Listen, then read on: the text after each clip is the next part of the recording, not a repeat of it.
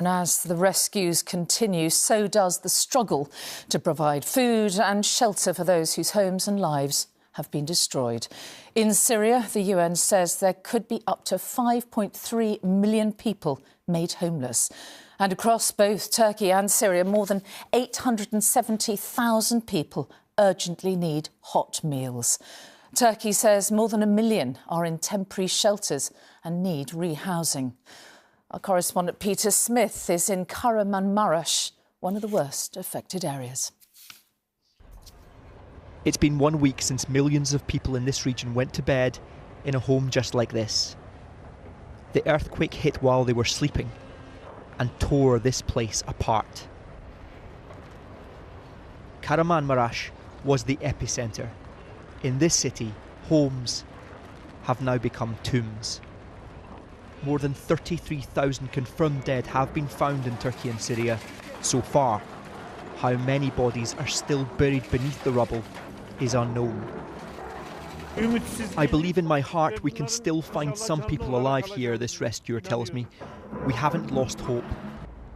For those who did survive this natural disaster, a new humanitarian crisis is emerging. The sheer number of homeless is too much for makeshift camps to cope. This camp is getting bigger every day, but it's not expanding quickly enough. People like these Syrian refugees are still waiting to be given some kind of help, while others are spending cold nights sleeping on the streets.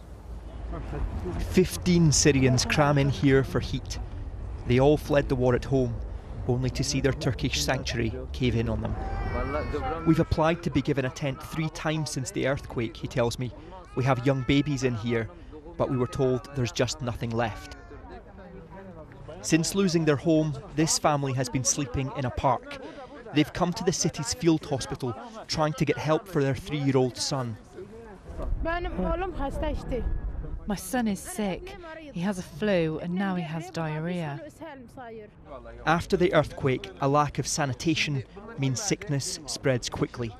But medicines here are in short supply. For children, antibiotics is the big problem now, and some cancer problems here, medicines here, and you're lacking in antibiotics for children and cancer medication. Yes. We are seeing a lot of scabies. Scabies, and we need scabies medicine too much now. Another day of despair ends here, but that's when the cold starts to bite. The new homeless must huddle for heat. So much is bleak just now, and yet somehow life finds a way. Baby Malik was born in the camp 3 days ago. Her name means messenger of God. What will she say about how she was treated here? Peter, it's been a week since the earthquake, but still people are waiting for adequate help, adequate shelter to arrive.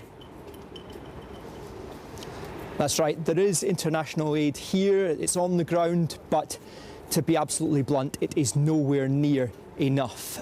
Just to put it into context, the tents you can see behind me sprawl way into the distance. It started out into the sports stadium that's over the horizon there.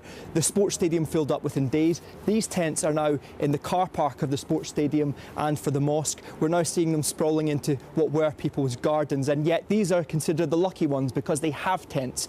Thousands more are sleeping on the street in these bitterly cold nights. To be fair to the international aid organisations, they are trying to get aid in, and the nature has been particularly unkind. After the earthquake, we experienced snowstorms making it difficult to even get to Turkey, damaged roads, airports, and a fire at Iskenderun port nearby has made it really challenging to get aid to where it needs to be. There was criticism of Turkey's response as well, but I think that we're seeing the scale of this is telling us everything we need to know. When you're watching newborn babies go to sleep in tents in below freezing conditions, we can objectively say the world can do more.